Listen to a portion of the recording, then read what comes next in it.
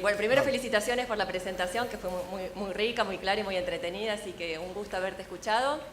Y dos preguntas. Una, aprovechando tu cuña publicitaria, te quería preguntar qué contenidos tienen para el abordaje de este tipo de casos y otros casos de violencia de género en la escuela judicial, digamos, si hay contenidos de tipo especializados, transversal, o si es una preocupación incluir en la formación de los operadores algún conocimiento especializado.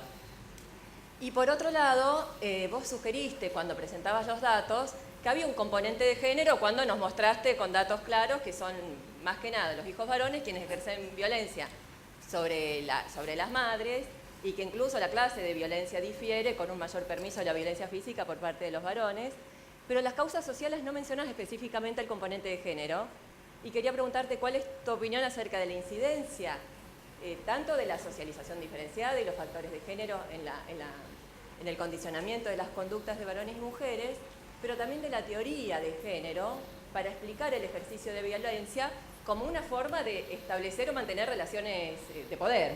Sí. Buena pregunta. Casi habría que dar otra ponencia respecto a cada una.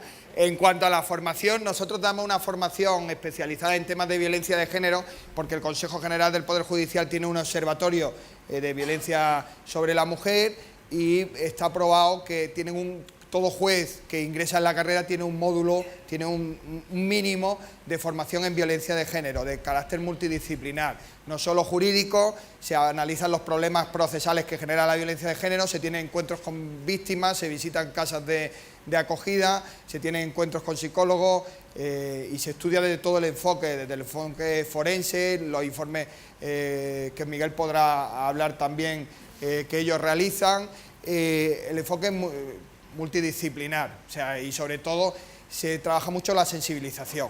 También contamos con ventajas, no lo he dicho, pero generalmente en la carrera judicial la relación es de 75% de ingresos son mujeres y el resto son varones, con lo cual la sensibilidad no es por nada, pero ya viene de la mano de ese componente de género, ¿no?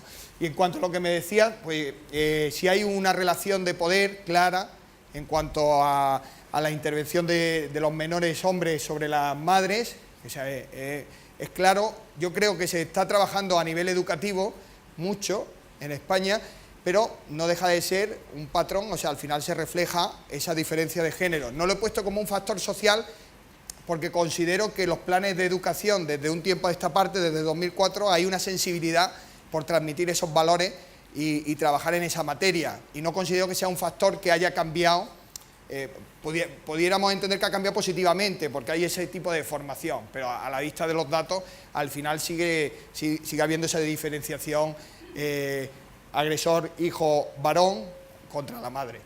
Por ser breve y no interrumpir por si alguien más quiere preguntar. Buen día. Una consulta. Sí.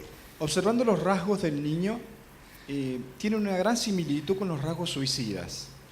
¿Han hecho alguna comparación de los niños que terminan en suicidio cuando son jóvenes?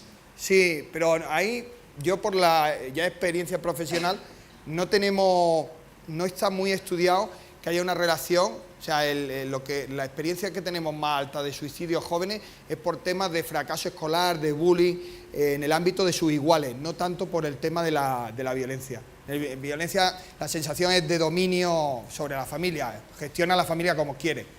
Si se da ese componente de factor educativo pudiera ser, pero no tenemos estudio. Buen día, doctor. Una pregunta. ¿Se ha hecho algún estudio respecto de estos niños que tienen este problema con las madres, obviamente que son más cantidad, si después de adultos también tienen problemas con su pareja de violencia? Suelen tenerlo. No hay muchos estudios porque, como os decía, es un tema que no se ha afrontado por los especialistas, no hay...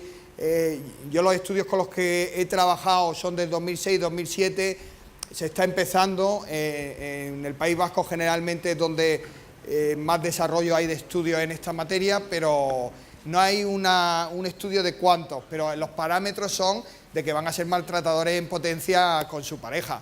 De hecho, yo la experiencia de los que he tenido en mi juzgado, sus relaciones con su pareja son de maltrato desde el inicio, o sea, de ese dominio también lo llevan ahí. Allí había... Sí, hola, buenos días. Pensaba en el análisis de estos jóvenes o niños ofensores.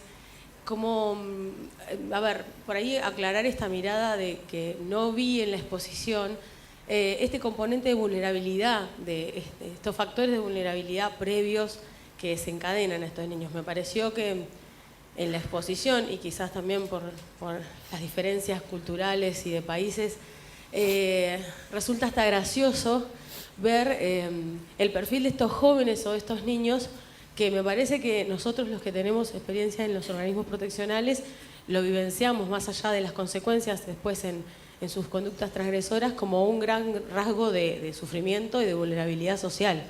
Entonces lo que pensaba es, en este análisis que se hace para describirlos con estos ejes o estos indicadores, sí, cuánto de esto se tuvo en cuenta para no demonizar la figura del joven ofensor, sino también pensar en esto, en su vulnerabilidad previa, en las condiciones, porque sin caer en este cliché de culpar a los padres, entender como una dinámica más compleja que se dan en estas familias, que nosotros también acá las vivimos y las intervenimos de esa manera, pero bueno, me parece que hay como una mirada distinta en cuanto a pensar al ofensor como el responsable y que hubiera como una especie de receta que formara a un sujeto en estas condiciones y analizar cuáles son los grados de vulnerabilidad que tienen que ver con un macrosistema y un microsistema de la familia en la que pertenecen. Digo porque en consecuencia y en articulación con todo lo que tiene que ver con las normas internacionales, por ejemplo la internación en nuestro país es pensada como la última, y a partir del nuevo código incluso, como la última posibilidad, y también el abordaje de ese joven o de ese niño en otras familias y el trabajo con la familia y los padres. Bueno, esto. Lástima no tener tiempo, coincido contigo, lo que pasa yo he tratado de dar una visión muy rápida y a lo mejor puede pasar la sensación de que no tenemos en cuenta esos elementos. Coincido contigo, no se trata solo de ver y culpar al agresor, hay una serie de elementos también que podrían ser atribuibles a la familia y que reflejan esa vulnerabilidad social, pero luego lo siento también porque por falta de tiempo tampoco he podido explicar un poco el sistema de menores de allá. O sea, nosotros, lógicamente, el internamiento es la última medida. Y yo no he hablado de que automáticamente hagamos la convivencia en grupo familiar y lo saquemos de allá.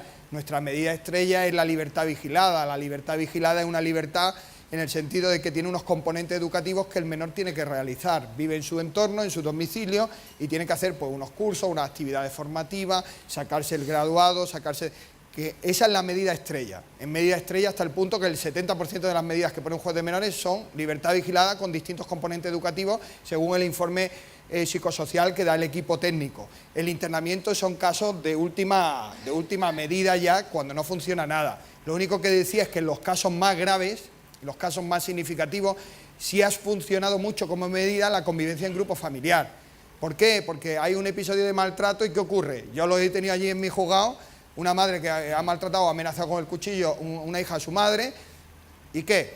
Al final, ¿qué? Le va a decir a la madre, llévate a la hija, y a la hija, vete con tu madre cuando ha habido una situación de tensión máxima.